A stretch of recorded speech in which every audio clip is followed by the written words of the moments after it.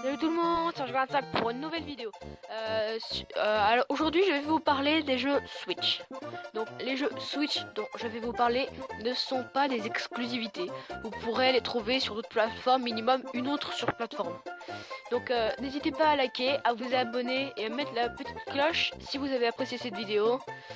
J'espère que ça vous plaira. Et c'est une petite vidéo rapide pour vous montrer mes 5 jeux Switch préférés. Alors, c'est parti pour le premier. Cuphead. Cuphead est un jeu indépendant, avec un style très cartoon dessin animé, sorti avant en 2014 et il a été ressorti sur Switch il y a pas longtemps. Donc ce jeu est hardcore sa mère. Enfin, il fait partie des jeux les plus hardcore jamais sortis. Il est extrêmement difficile. C'est pas, il est mignon, il est beau, mais il est tellement exigeant.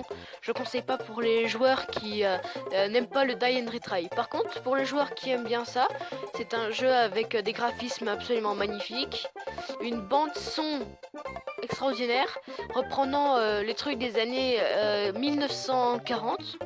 Donc c'est des trucs qui datent de La Belle et Clochard par exemple. Et ce jeu est tout simplement inouï, mais il est aussi très court. Entre 5 et 10 heures, on a fait le tour, selon si on est bon ou pas. Mais de toute façon, dans tous les cas, si vous essayez de faire comme moi et que vous voulez retravailler les boss pour avoir le meilleur score possible, bah alors normalement là, ça va passer. Normalement là, ça passera. Ce jeu est sorti aussi sur PC, je crois. Il est pas sorti, je crois, je ne, enfin, je dis peut-être une bêtise, mais je crois pas qu'il est sorti sur console. Alors, le quatrième jeu de la liste est Dark Souls Remastered. Alors, c'est pas parce qu'il est quatrième, je veux juste vous dire, Dark Souls Remaster, enfin Dark Souls 1 est mon jeu préféré de tous les temps. J'ai jamais aimé autant un jeu. Mais là, je le mets parce qu'il est vraiment multiplateforme. Il est sorti sur Switch, Xbox 360, PS3, PS4, Xbox One et PC. Il est vraiment multiplateforme. Donc c'est pour ça que je le mets qu'en quatrième, pour voir des jeux qui sont un peu moins multiplateformes après. Donc ce jeu est un RPG. Donc comme je vous disais avec Cuphead, ce jeu il est, à mon avis, vous en avez déjà entendu parler pour sa difficulté. Ce jeu est tout simplement le troisième jeu le plus hardcore jamais sorti de tous les temps. Derrière Ghoul Goblins et Battletoad. On est quand même à ce point-là. Et c'est un jeu absolument magnifique dans sa bande son, comme pour ses graphismes qui est sorti à la base en 2011 sur Xbox 360 et PS3. Donc j'ai plein de choses à dire sur ce jeu, mais franchement, ce jeu, il faut le vivre. Moi, je l'ai vécu à l'époque sur la... Enfin, je le vis toujours, hein, je l'ai pas terminé. Je suis sûrement au 4-5ème. Ce jeu, il faut le vivre, il faut pas en parler. Si vous avez l'occasion d'acheter, il est pas cher, il est 40 €. Profitez parce que ce jeu est une vraie bombe. C'est une tuerie. Bon, moi, mes potes, ils aiment pas trop... ils aiment pas trop, ils disent trop hardcore. Ou alors, j'ai des potes qui l'aiment pas du tout. Mais ce jeu, il est extrêmement apprécié par les critiques comme par les joueurs. Par contre, passez votre chemin si vous n'aimez pas mourir en boucle, pas comme sur Cuphead. Si vous n'aimez pas mourir en boucle, passez votre chemin. Parce que c'est pas pour ceux qui aiment pas trop mourir. Alors, ça c'était le numéro 3. Le numéro 4 est le petit jeu indé nommé Hollow Knight. Alors, Hollow Knight est un petit platformer, où il est encore, vous allez dire je suis un maniaque, mais ce jeu est aussi hardcore. Ce jeu est hardcore. Bah c'est tout, c'est des 5 jeux, c'est juste les 3. Ils sont tous, ces 3 jeux, les 3 jeux que je vous ai présentés sont ultra hardcore. Hollow Knight un peu moins exigeant que Cuphead ou Dark Souls, mais il reste difficile. La map est gigantesque, une bande son aux petits oignons et tout simplement des graphismes dessinés à la main faits par une équipe avec seulement 4 personnes. C'est énorme pour une équipe avec 4 DLC gratuits, donc plus de 20 heures de jeu pour à peine 15 euros. Ce jeu, il est tellement bien, tout simplement.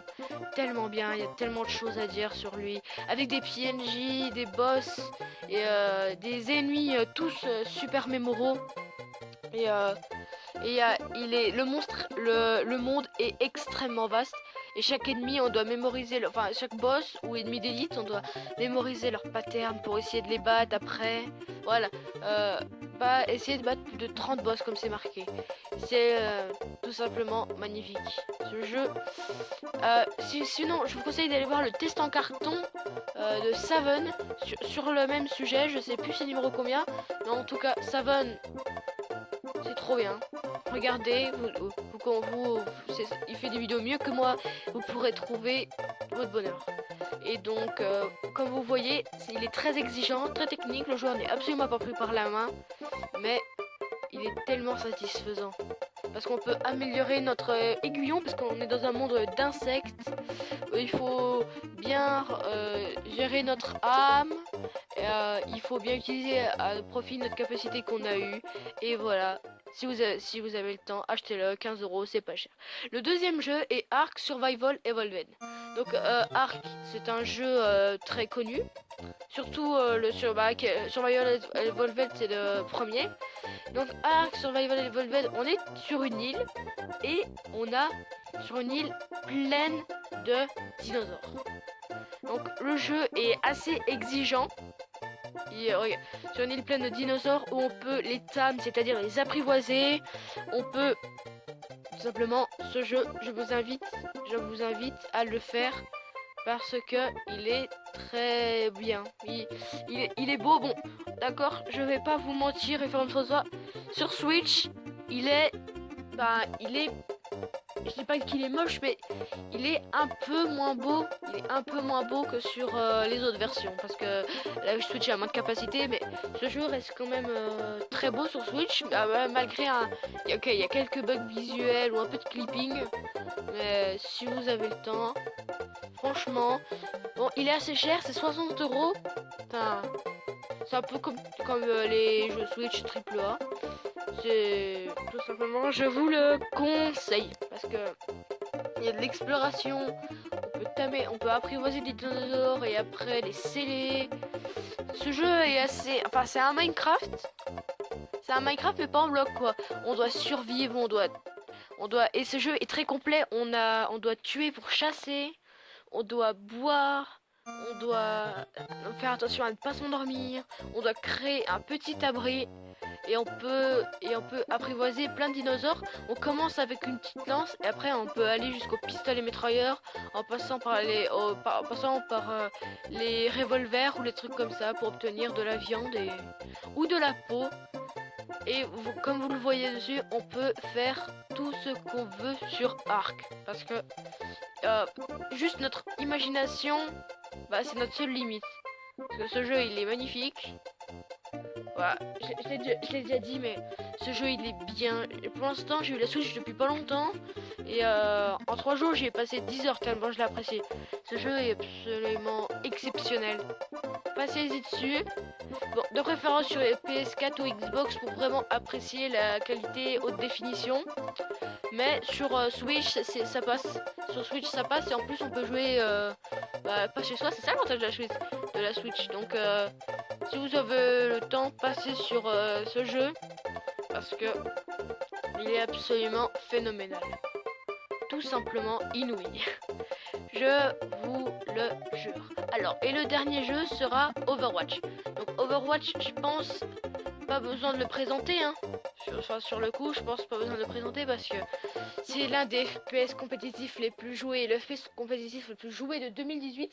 Et jusqu'à l'été 2019, et c'est encore le plus joué en compétitif, enfin en compète quoi.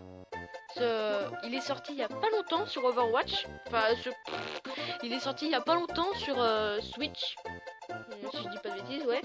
Il est sorti vers je redemande à mon pote, mais je crois qu'il est sorti sur novembre, en novembre. Et donc ce jeu, pour l'instant, t'as 31 personnages. Et il est exceptionnel, il est rapide, il est fluide, faut apprendre, il est exigeant, faut savoir bien utiliser, enfin faut savoir bien jouer avec chacun des personnages qui sont mis à notre disposition. Il faut savoir être coopératif parce que c'est l'un des jeux les plus coopératifs qui est jamais sorti. On ne peut pas gagner si on joue en solo dans Overwatch. Enfin, c'est très rare, sauf si nos alliés c'est des merdes. Voilà.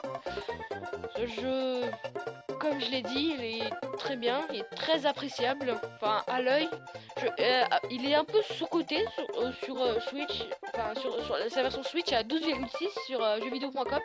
C'est incompréhensible parce que c'est exactement pareil que d'autres versions. Il n'y a pas d'autres trucs visuels. Franchement, c'est peut-être à peine plus détaillé sur les autres versions, mais la Switch, elle sait très bien faire. Elle sait très bien rendre les. Surtout en mode portable. Enfin, oui, enfin, on peut pas trop jouer quand on n'est pas chez soi, mais vu que c'est un jeu totalement online, avec beaucoup de modes, on peut même créer des parties. Par exemple, il y a longtemps, j'ai joué une partie à Gario où on contrôlait Chopper, un héros, et on pouvait que utiliser le grab de Chopper, et c'est trop drôle, et il y a tellement de possibilités.